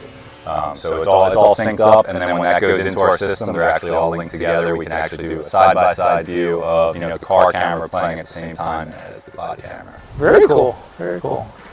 All right, let's take a look at the rest of the vehicle here. So this is able to transport prisoners or suspects. Correct. Okay. And what happened to the seat? I open the door, I expect the seat belt, and everything else. This is all changed. Right. Yeah, well, it's a lot easier to clean. Okay. You know, it's a lot of situations that we get into. There's dirt tracked in. I mean, not even necessarily just from prisoners. We end up with dogs and all sorts of things in the back seat, and tracks all sorts of dirt in. But this is significantly easier to clean, and it's more durable. It doesn't get all torn out. Okay. And it keeps, one thing I noticed real quick when we open the door, the seatbelt seems to be backwards. Right. Why is that? So it's a safety thing. You know, if an officer had to reach across, it opens an officer up to a prisoner who may be violent, or like you said, a psychiatric patient may be violent or acting out to injure us in some sort of way. So what this enables us to do is just to seatbelt somebody in without having to even reach across them. Secure them that way. Yeah. So, all right, what do you got back here? So we have all sorts of stuff in the trunk here. We have, to start, we have, you know, a basic shield, which we could use in certain situations if we have to search a home or whatever, where there's a risk of, or at least a consideration of the risk of somebody, you know, being inside. And they want to hurt us. We have, you know, some gloves. These are stop sticks. So if we were in a situation, you know, where another police department was, you know, in a pursuit or something like that, we could deploy them onto the ground. They would, you know, essentially spike the vehicle. And they're actually designed in a way to slowly release air from tires so that it doesn't cause. So they don't all of a sudden, when you lose control of the vehicle and crash, you're trying to get them to slow down. Correct. You're like, we're going to flatten your tires, but you're going to slow and stop eventually. Exactly. You have an AED. Are you guys also first responders? No, we are. Yeah, we use those, you know, quite a bit. A lot of tailgate times, just by the nature of it, we get there before the EMS, and a lot of times we are where they put in the people they arrest inside the vehicle, properly seated with a seatbelt. Looks like you have a kind of a. What are we waiting for? A police vehicle here to flip with someone in the back of it and they die, and then the lawyer take the state to court and make a bag of money? Or are we going to reach to this? Are you going to make recommendations for vehicles like this at some point in our country? Coat hanger. So that's actually part of. Let's hear you, Director and Deputy. Who's going to take it first? Well, I think, Garth, there will be a question of resources, you know, to outfit all our police cars in the manner in which the Americans have it and what they've done. You know, that would be for the Commissioner of Police to make a recommendation to the Minister of National Security, what she wants. I don't want to pass the buck, but that is not within that's not our remit. I know, but are we living ahead of our time here? Are we dreaming? This may never happen in Trinidad and Tobago, you think? Including the body cameras and this type of equipment? Well, the body cameras are there, but they're not in use as much, as often as they should be. As I said, they're going with tasers now. So, Garth, to answer your question, small steps, you know. I mean, I think there was a recommendation to have dash cams on the vehicles also, which was another good step. But it all depends on leadership. It all depends on who is leading the Trinidad and Tobago Police Service, whether or not they see this as a priority as compared to something else. So I think your questions really should be directed elsewhere. Before we take calls, can I get a comment from either of you about the current practice of police having injured someone, transporting them, quote unquote, to the hospital? It's because we've heard various, you know, excuses and explanations, and it's always mentioned that there's a legal issue with that. Can you help us to understand, first of all, why can't trained medical personnel be brought to the scene? Why must this practice continue? I think that's an excellent observation. I mean, you just showed dash cam footage that shows the post after the shooting, what happens. And we also, that part of our investigation is to forensically look at what happens from the time the victim is shot to the time that they receive medical attention.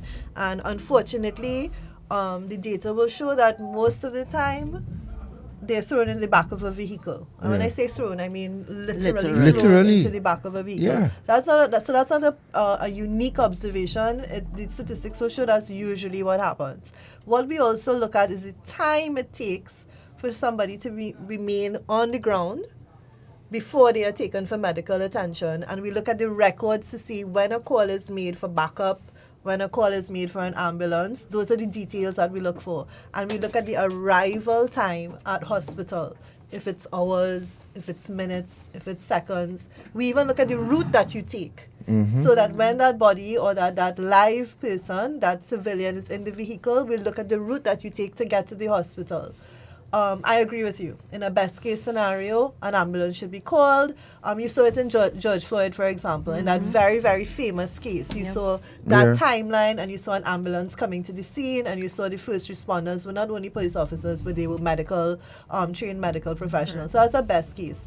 But when you look at even the things like vehicles and stuff like that, it's not only purchasing a vehicle. You also have to retrofit it. And maintain. And maintain it. Hello, good morning. Maintain it. Yep. Hello, good morning. Hello, good morning. Morning. Morning. Yeah, I have a problem with Sonny Grande Police on Monday. Any? Yes, go ahead, caller. Go quickly. Yeah, on Monday, I was held in Sonny Grande. They carried me to the station. I explained to the officer that I have money in my car. They said, I don't say the money in your car. You go to the station, we go there after. They put me in a cell for about 3 or 4 hours, taking back all the cell. And next thing is my bag with all my documents and things, and a desk inside the station. So I say, officer, well, let's search the car without my presence, and I told them I'm in the car. And boy, they call the station, boy, you're not in no car, a whole cell around my wrong thing, and my guy in me and papi show me.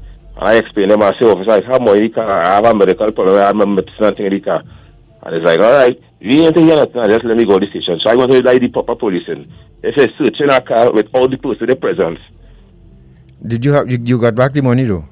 No. Well, I think this is a case here for the PCA. You should need to you should contact them, because we wouldn't want to try that case, or that situation. David, what your response? Definitely that falls. It sounds like it falls within our remit of it could be larceny or theft of the money. Maybe look at police misconduct also too. So definitely he should make a report, and we will investigate that matter. Okay, caller? Okay then, thank you. All right. Thank you. See what you're talking about? It's not cool. Why would do your citizens these things? Hello, good morning. A very good morning to Natasha and Gat. Good morning. Mrs. Michelle Solomon-Baksh and Mr. David West. Morning. The entire panel. I will try to be as brief as possible. I have 2 issues. The first issue I have to the panel is, why is it that we in Trinidad and Tobago operate from differently from jurisdictions around the world? That whenever a police officer is under investigation, it takes an unduly long time. We have situations in this country where police officers are under investigation, and the investigation is ongoing for 8 and 9 and 10 years. And when you look at the larger metropolitan country, oh gosh, we lost you there, caller. Sorry about that. Hello, morning. Sorry about that, caller. Your call just dropped. We don't know why. Morning. Morning, God. Morning, Natasha. Morning. And morning to Mr. West and the I think it's Ms. Bash. Yes, go ahead. I was in the presence of someone with a traffic offense, and the police officer was telling the individual don't record him. It was about 5 police officers. Because he will take him to court if any post is shown about him. And I find something was something weird about that. Now I'm hearing Mr. David West saying that is not so. So, Mr. West, this is the country land of tricks and games and trickery and schemes. So people find ways, police officers, they are part of the public. They will find ways around situations. Just like how the body cams is being resisted. 1 minute it's too big, 1 minute it's too cumbersome. There's only excuses along the line. And for all this to have a synchronization here, this goes back to leadership. How strong leadership is within the police service and what action they intend to take to pull police officers to book. It's not about bashing police officers. It's about getting the police service operating at an optimum level in the 21st century. So morning and thanks. Okay, thank you very much. 6223937. Good morning. Good morning, gentle people. Morning. Quick questions. Can the PCA do anything to get the Commissioner of Police to force his officers in tactical wear to wear a regimental number? I know Deputy director spoke about it earlier, but the tactical officers, the officers in tactical uniform, seldom have a name tag or a regimental number on their uniform. And finally, what is necessary in the view of the PCA that can transform the police service into the first-class police service that Garth and Natasha would like to see us in? Thank you. So let me tackle the second question first, if you don't mind, caller. Our first female commissioner of police, if you just allow me to put that on record. There are many things that she can do, in our opinion, in addition to the recommendations we've made on use of force and the use of technology. What we're talking about is continuous training, the use of technology. These are things that we have advocated in black and white. And I agree with with one of the first callers. It's about leadership taking an active role and a concerted role to discipline their officers, because it's a deterrent. When we take that very serious approach, and this is not a novel idea by the PCA, the courts have also, the Court of Appeal has also made comments about police officers not only being disciplined, and I'll let you know that the courts even send matters, their judgments and so, in certain malicious prosecution cases and so. The courts have made comments that police officers should be held accountable personally in their own right. You see that extra step I'm talking about there with leadership taking a firm stance on discipline? We very well believe that that is a deterrent, and that's why we send so many matters with recommendations for discipline. Director, I think they had asked a question on the tactical and the regimental numbers in relation to that. Yeah. The former commissioner of police had made recommendations and had mandated his officers at the time to wear their badge on their chest in a very bold way. On certain operations and the use of in certain exercises, different uniforms are required. And that's where we find that there is a problem with identifying these officers. Director, I didn't mean to cut you off in relation to that. No, also to call, I remember that they used to wear this balaclava mask also, yes, where you couldn't identify their face. And again, that is not, as far as I know, within police wear. So, so there must be, there must be where an officer goes on an exercise, a means of identification. That has to be, paramount, I believe, to get the public to trust the officer coming into their property and executing a lawful search warrant, etc. So in my view, we need and it is in the standing orders and departmental orders that they must be where they must have their identification cards. And if somebody asks for your identification, show me you're a police officer, you must be able to show them, yes, I am the officer David West, number so and so. Let's take one more, Gary. Hello, good morning. Morning, Natasha and Garth. Morning. And to your guests. Now, I don't know if you all saw that video with the mother where she was saying, I saw it on Beyond the Tape, and then the video is circulating, where her daughter was, grabbed by 3 schoolboys, she said 5th form boys, and this lady said she went to the Claxton Bay, I think, police station, the woman holding up all the receipts she got, and up to now, no action. This thing is ludicrous. It is sounding unbelievable. I can't understand how a woman could make a report and no police action. This thing is crazy. Yeah. And what do you say, God? No, go ahead. And the thing is, the Ministry of Education seem to be dragging their feet on this incident. I don't understand this thing. It is frightening. I am saying, Lord, like what is rapists now in school uniform we have? Because how this could, that behavior from those boys, and then the woman is saying, when she go back to the school the next day, one of the boys threatening, I said, but what is this? This thing, Lord, you have to cover your children in the blood of Jesus when they leave home, because you know what's going on in the school fight now. Nah, man, this thing here now, when I saw that video, I said, Lord, Father. So I just want to find out what, ask Mr. West, what that mother could do based on no action being taken in that police station. I don't know, I think she should make a report to the commissioner and let them see why it is that these officers not dealing with this. All right, thank you very much, we have to go. We have to wrap up now. We do. Well, that's a neglect of duty that we can take. Yeah, what? Sorry? It's a neglect of duty that she can make a report. Yeah. Right. So any closing comments, folks? Well, I just want to say thank you very much again for having Deputy and myself on the program. It was enjoyable. The 2 hours did indeed fly. Yes. I wish we could stay longer. But as I said, we are an independent civilian oversight body. Any complaints you have against police officers, feel free to make a report. It may or may not fall within the remit of the PCA, but we will look at it. And Ms. Baksh? I just want to say thank you, Natasha and Garth. It was a pleasure spending Sunday morning with you all and with your listening audience. We really enjoy coming here, and we hope to come back again. Yes. And of course, folks, as Natasha and I always say, we will defend any arm of law enforcement, especially our police service, but sometimes we can't defend the indefensible.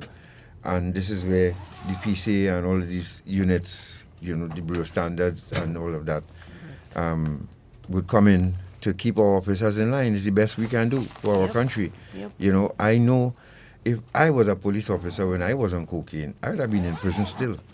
Because the kind of powers that an officer has, a police officer has, you could imagine one who is addicted to a Class A drug. They will go the distance. Mm-hmm. And sometimes their people will cover for them. But I'm telling you, I know what it's like to be hooked on a substance as a member of the protective service.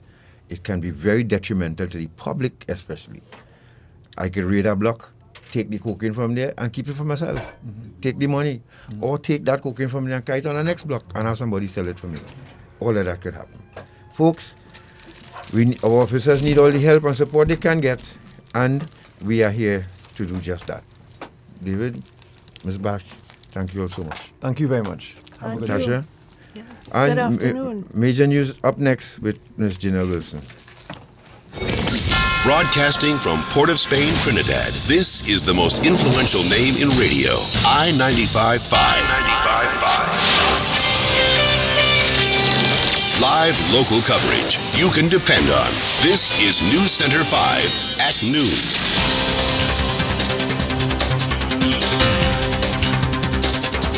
Christine Kangaloo to be sworn in as president tomorrow, the UNC says. Reports of a boycott of the event by its members are false. A probe has started into the chaotic RIC consultations in Chaguanas. A 43-year-old woman to appear in court charged with attempted murder of a 13-year-old relative. And 5 children die of measles in Ghana for the year so far.